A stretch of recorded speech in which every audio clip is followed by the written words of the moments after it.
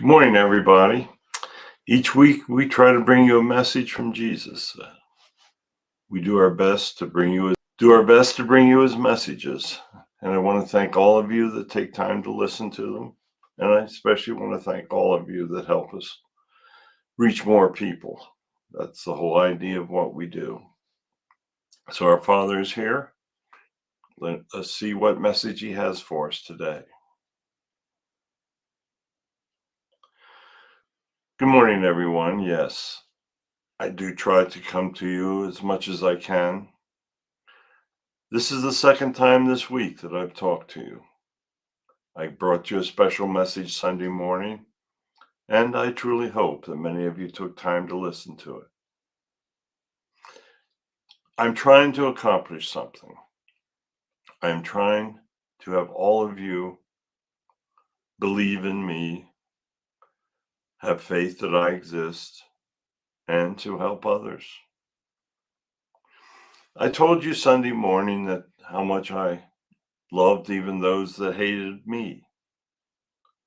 Sometimes it can be very difficult when you see people speaking against you.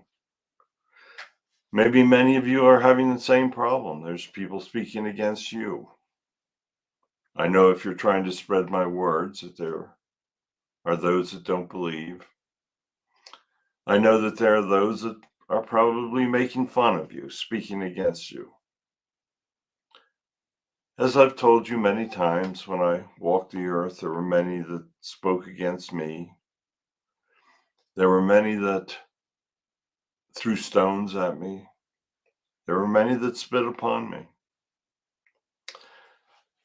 There was a time that I had an individual that was crippled. He came to me and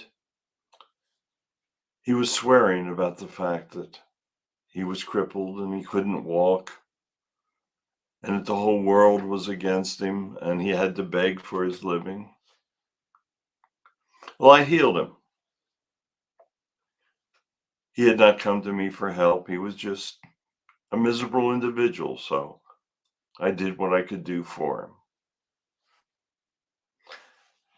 How many of you out there say that you're doing what you can do for others? I hope all of you that are listening, I hope that all of you out there truly understand the concept of loving one another. And I hope that all of you out there are helping to educate the young. I hope that you're teaching them that if an elderly person needs a door to be held open, that you hold it for them. That sometimes if they have problems crossing the street, that you would help them cross the street. That you would basically do what you need to do to make that other person as comfortable as possible. It's not difficult. What is difficult is loving those that hate you. If you hate back, then you will set off a chain reaction. Hate often brings on hate, but in the place of those that don't believe in me, I don't hate. So you see, it's possible for people to hate and not receive hate in return. My goal is that there will be a time that those people truly understand and that they change and that their life no longer is hatred and that their life no longer is speaking words that make other people hate as well. Hate is capable of destroying your world because you see, countries hate countries. When countries hate another country, quite often they declare war on them for no real reason. If you look back through history, you will see that many people declared war for literally no reason. They declared war because they wanted to. They wanted to conquer others. They wanted to feel that great power over the other countries. They wanted the other countries to cower in front of their armies. But generally, it became an issue of hatred. Hatred's a terrible, terrible thing. But the bad part about hatred is that it will eventually destroy those that hate. You don't see love destroying people that love. Generally, they are the happiest people that you will ever meet. It's impossible to love everyone. I mean, let's just face the facts. There are people that abuse you, do things to you, may have harmed your family, and you're not going to love them. You're probably going to dislike them, honestly. But don't hate. You see, hate is terrible. That's what undermines. Hate's what destroys. Hate is what creates anger. And when that hate creates anger, you act without thinking. You see, the great problem with anger is that it overcomes your reasoning. When you become angry, you lose the ability to think straight, to know what you're doing, to act in the most effective manner. How many times have you got in trouble yourself because you've shown anger? Maybe a person is showing anger towards you and you showed violence towards him because of it. Well, you're probably the one that was penalized for showing the violence, and it was because you lost control. Anger is a terrible thing. Very few people can act logically when they're angry. Very few people can act logically towards a person they hate. Perhaps hatred is leading to this great desire for revenge. People want to get even with those that have hurt. You do not want to do this. Revenge can possibly lead to great damage for you. If you try to get even with somebody that has harmed you, then that person will probably strike back. Perhaps friends of that person will do things to strike back. Emotions set off chain reactions, and they're generally not good. Now, love sets off generally very good chain reactions. You show love and helpfulness towards somebody, quite often they'll speak of that, they'll pass it on. You show anger, they'll show anger back, and they'll pass that back to you. You need to ask yourself how you want to live your life. Do you want to be happy, or do you want to be sad? Do you want to be hurt by others, or do you want to help others? Generally, individuals receive what they give. Maybe that's another way of coming around to my favorite saying, don't do anything to others that you do not want done to you. Life can pretty much be that simple. You may be the most brilliant person to ever walk the earth. Now that's saying a lot. But you may have this great brilliance, and you use this brilliance to prove that I don't exist. So in essence, you are wasting a great majority. You've lost the ability to ask for help. Many people think they don't need help. Many people think that they think they're God. We've discussed that situation well enough that I'm not going to even bother commenting on it. If an individual has great wealth, then quite often they think they are God. That because they've been blessed by us to make this great wealth, they think that they are beyond the law in many instances, that they can manipulate governments, politicians, and it's true they can. But if they used all of that great wealth to do good, think how much better the world would be.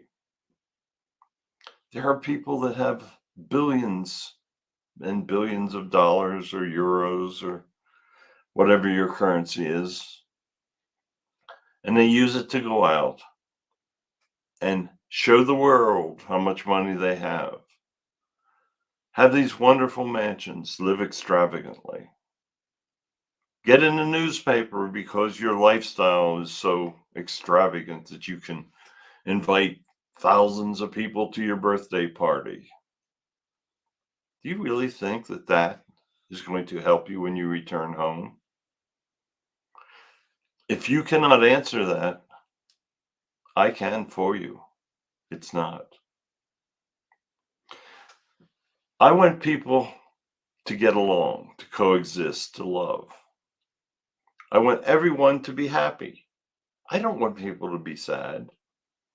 You will have enough things in your life that you've chosen in your life plan. You don't need to create more unhappiness.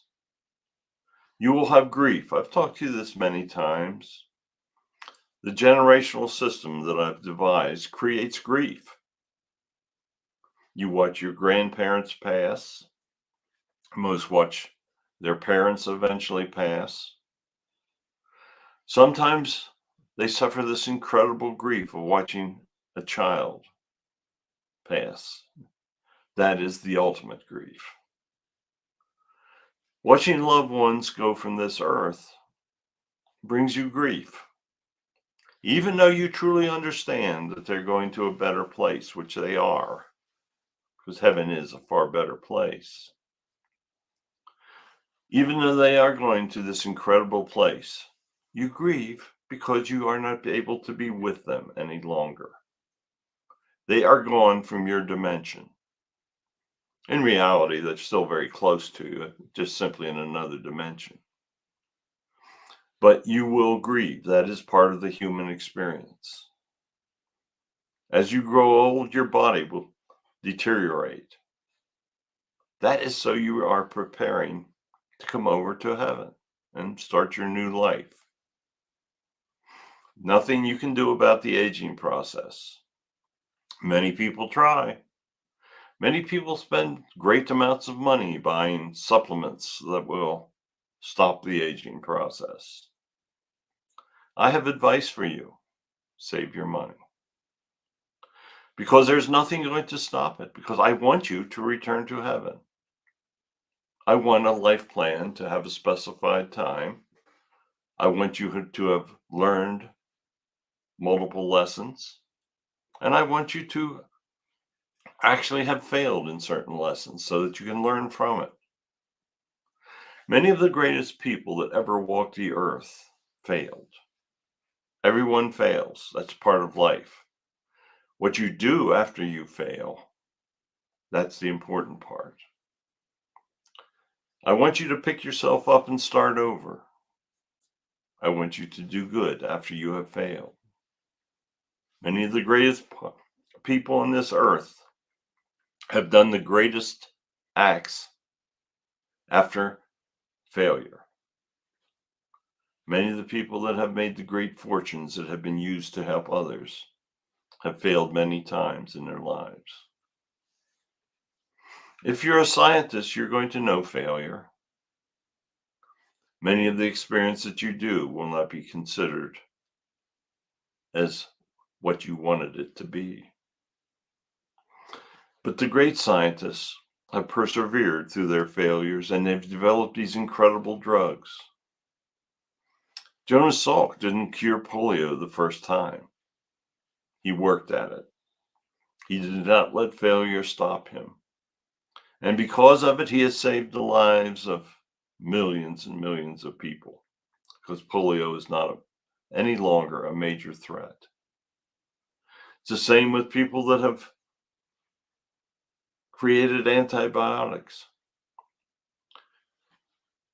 Ancient men knew nothing about it.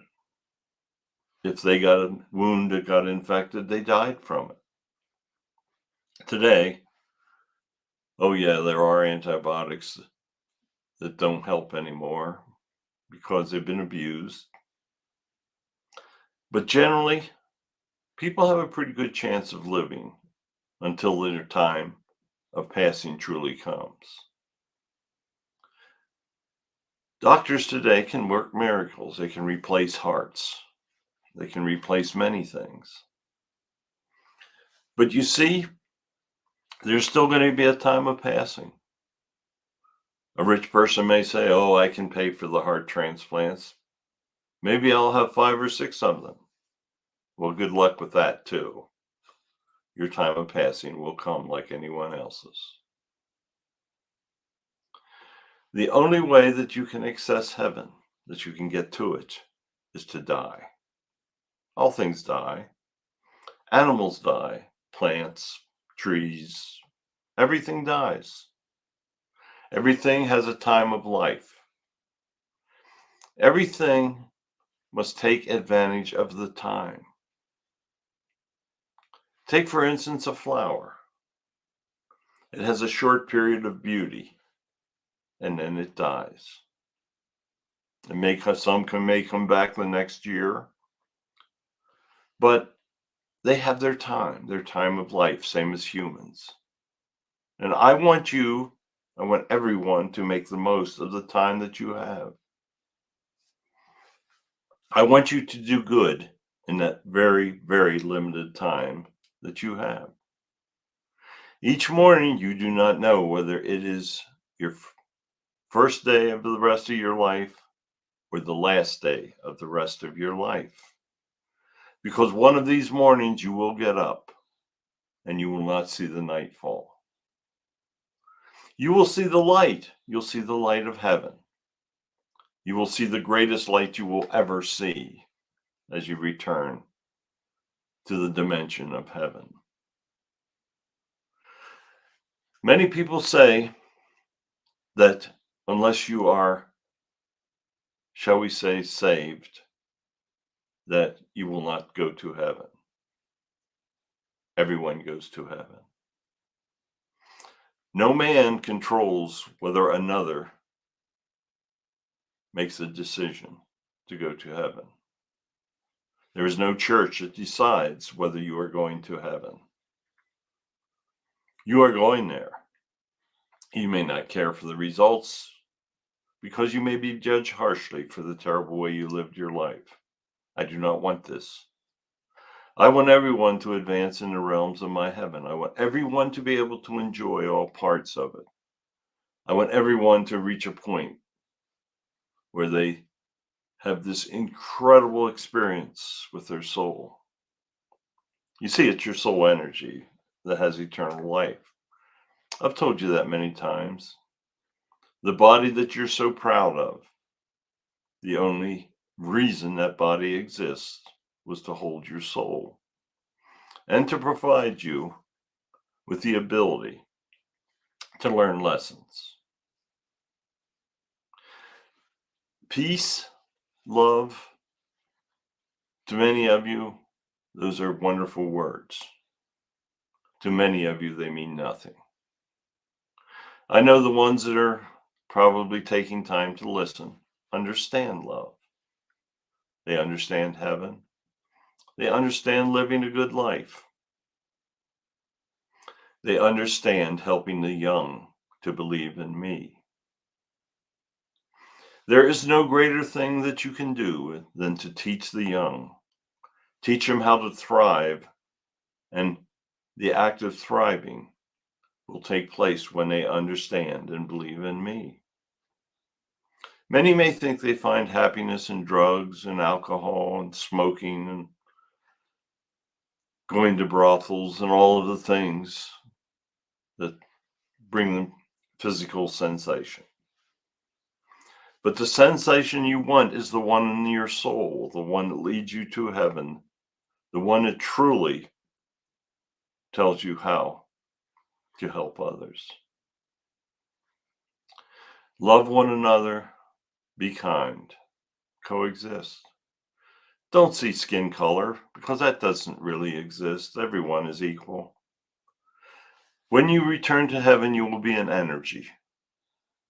There will be no different sexes, There will be no different skin colors, no different languages. There will only be this grand dimension where you can do what you wish and where you see your loved ones that passed before you. You see, death is only final for the human body. Death is the launching point for the soul to go to heaven. Do not fear it. Make the most of every day that you have, so that when your soul is finally released from your body, it will be truly the greatest experience that you could ever comprehend. So check out the message that I did on Sunday if you missed it. Ties in fairly nicely to the one we just did.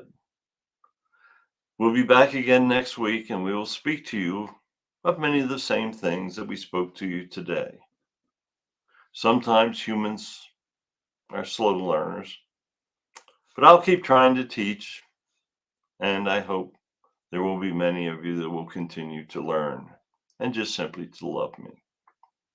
Goodbye. I thank you so much for listening once more.